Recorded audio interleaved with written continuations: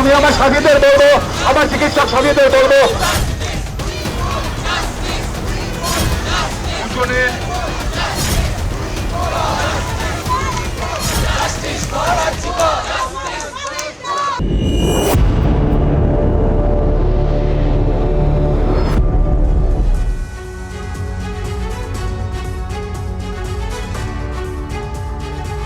जी हाँ, वो बर्बर केस जिसने पूरे देश को दहला कर रख दिया है, जिसकी जांच अब सुप्रीम कोर्ट की निगरानी में हो रही है, सीबीआई इस जांच को कर रही है। और कोलकाता दरिंदगी केस में सीबीआई की स्टेटस रिपोर्ट से क्या खुलासा हुआ है, तफसील से आपको बताएंगे। आपके साथ मैं हूं समीर अब्बास, मेरे साथ प्रतिमा मिश्रा भी मौजूद हैं। शुरुआत कर रहे हैं अहम खबर के साथ। कोलकाता केस पर थोड़ी देर में सुप्रीम कोर्ट में सुनवाई शुरू होगी। इससे पहले सीबीआई ने सुप्रीम कोर्ट में कोलकाता रेप केस की अपनी स्टेटस रिपोर्ट सौंप दी है। कोलकाता केस में सीबीआई ने दायर की स्टेटस रिपोर्ट, क्योंकि आज का वक्त मुकर्रर किया गया था सुप्रीम कोर्ट की तरफ से। सीबीआई को अपनी अभी तक की जांच की जो स्टेटस रिपोर्ट है वो सुप्रीम कोर्ट में सौंपनी थी।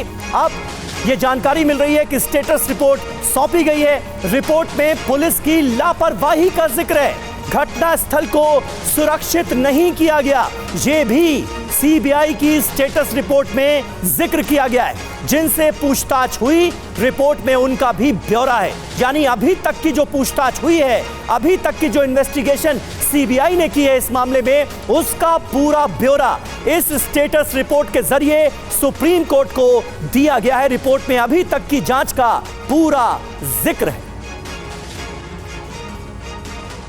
तो आपको बता दें, सुप्रीम कोर्ट ने इस पूरे मामले में स्वतः संज्ञान लिया था। 20 अगस्त को पिछली सुनवाई हुई थी और स्टेटस रिपोर्ट तलब करने के लिए सीबीआई को इस दौरान कहा गया था। सीबीआई की स्टेटस रिपोर्ट में है क्या कुछ, पहले ये जान लीजिए। पुलिस की लापरवाही का जिक्र है जो जानकारी मिल रही है। घटना स्थल को सुरक्षित नहीं रखा गया, इसका भी जिक्र किया गया है। घटना स्थल सुरक्षित नहीं होने से नुकसान पहुंचा है एविडेंस को। अब तक हुई पूछताछ का भी जिक्र इस रिपोर्ट में किया गया है। जिनसे पूछताछ की उनका पूरा ब्यौरा इस रिपोर्ट में दिया गया है।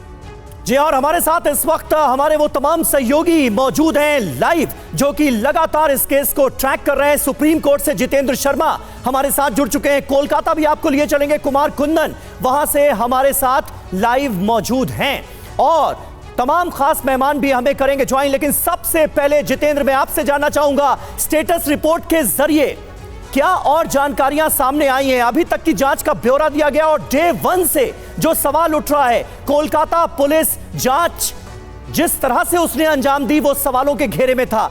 इस स्टेटस रिपोर्ट में भी उसका जिक्र है। क्या एग्जैक्टली कहा गया है, तफसील से बताएं जरा। जी बिल्कुल, देखिए आज ही सुबह सीबीआई ने अपनी स्टेटस जो रिपोर्ट है इस केस को लेकर वो सुप्रीम कोर्ट के सामने दाखिल की है। इसके अलावा पश्चिम बंगाल सरकार की तरफ से भी जो हुड़दंग मचाया गया अस्पताल के अंदर, जो दंगा हुआ, उसको लेकर अपनी एक सेपरेट रिपोर्ट सुप्रीम कोर्ट के समक्ष दाखिल की है। इस रिपोर्ट के अंदर उन तमाम किरदारों के बयान दर्ज किए गए हैं जिनका इस केस से सीधे तौर पर ताल्लुक है, चाहे वो आरोपी संजय रॉय हो, इसके अलावा पूर्व प्रिंसिपल संदीप घोष हो, साथ ही सिक्योरिटी गार्ड जो कि उस वक्त उस रात वारदात के वक्त वहां पर तैनात थे हॉस्पिटल के अंदर, वो तमाम सीसीटीवी फुटेज जो अब तक सबसे पहले कोलकाता पुलिस ने रिकवर की थी, जिसमें संजय राय की मूवमेंट बकायदा हॉस्पिटल के अंदर दिखाई दे रही थी, वो सीसीटीवी फुटेज अब सीबीआई के पास मौजूद है।